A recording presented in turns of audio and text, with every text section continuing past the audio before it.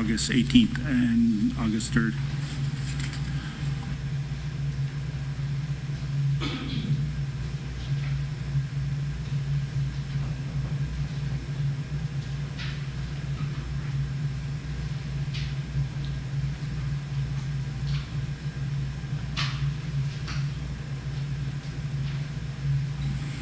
Go ahead, Dickie. Okay, we'll move on to Buffalo Lake. We had our regular district meeting on August 25th. Motion number 1 to accept Reservation Planning Commission Board Member Billy Chunku's written resignation and advertise for 30 days. Have me sit and attend RPC meetings until a new member is seated. Motion 2 to accept youth memberships as listed. Motion number 3 to accept adult memberships as listed.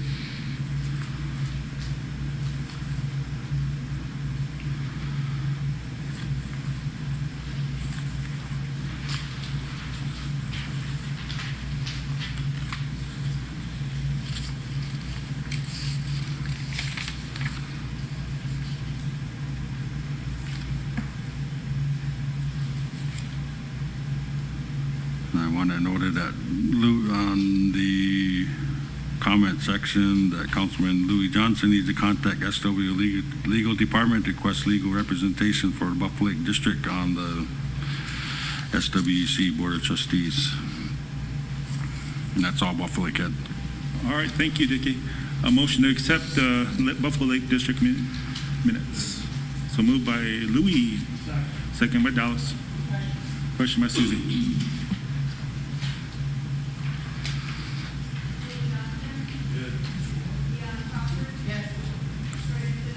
Yes. Mine? Yes.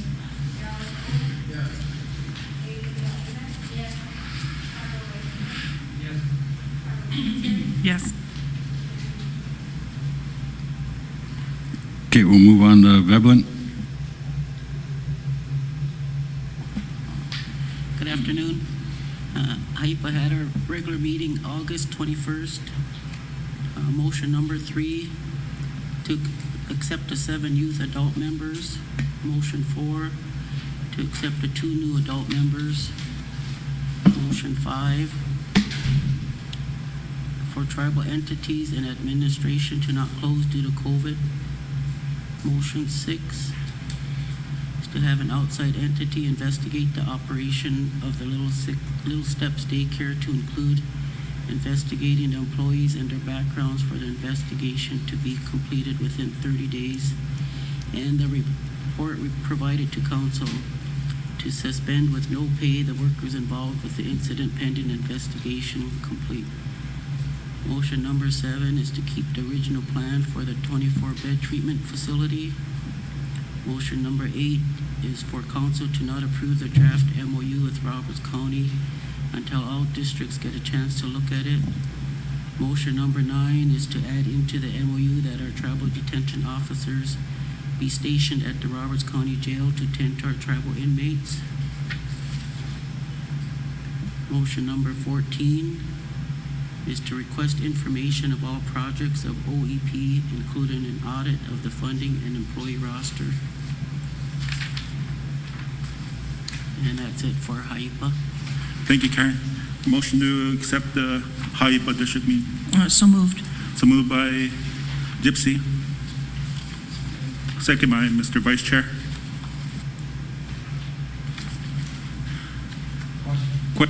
And by Curtis.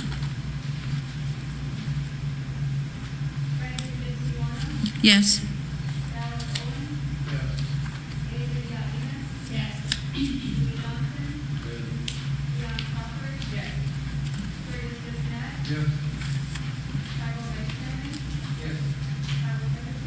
Yes.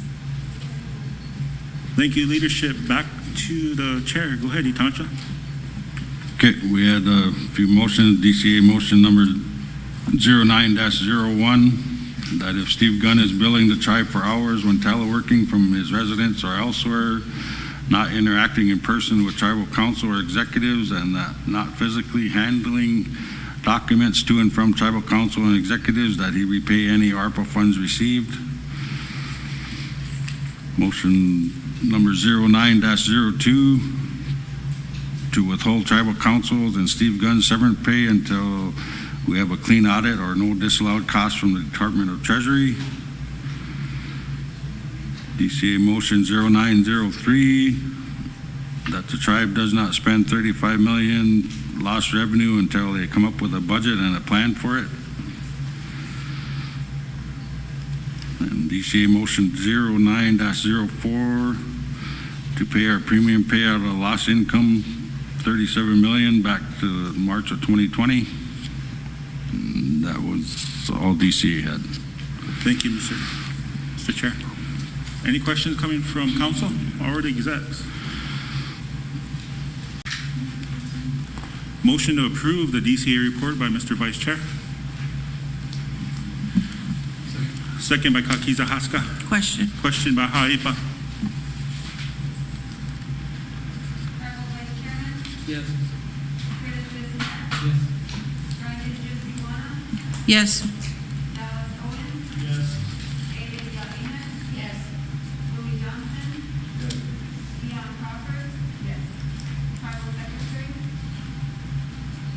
Yes. Thank you, council. Appreciate it. Dickie, members of DCA, thank you for coming in. Karen has a question. Okay, go ahead, Karen. Okay, one of the discussions at our DCA meeting, there wasn't a motion made, but the powwow was paid out of the ARPA funds, and I believe the ARPA is for tribal members. So is that going to be a finding because we paid other members that are not tribal members? No, because we used it as an event of mitigating and educating COVID, and also that people that had a COVID shot got to get into the powwow for free. And then we had CHR and EMS there distributing and educating on COVID. That's how we were able to do that. And that's why we had CHR and all them go to the other powwows. Okay, that was just a question that was brought up at DCA. All right, thanks, Karen. And then also, is that Roberts County MOU passed by council yet?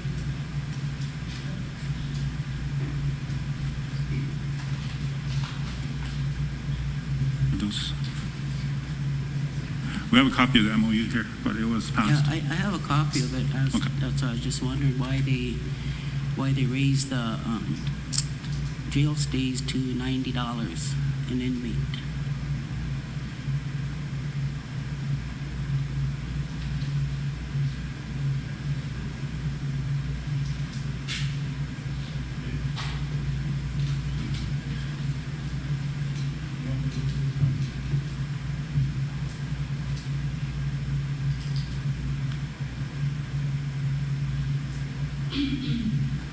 I mean, we were paying them $55, and that seemed like quite a bit for an inmate. And has anyone ever figured, they have 95% tribal members in there.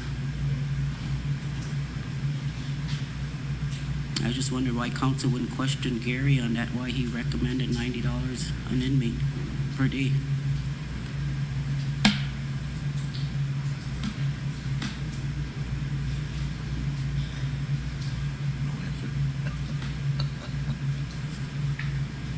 Go ahead, Gypsy. Did you sign that contract already, that MOU? Or were we waiting on it? Because I know I had questions on it. We discussed it here in council that last time, and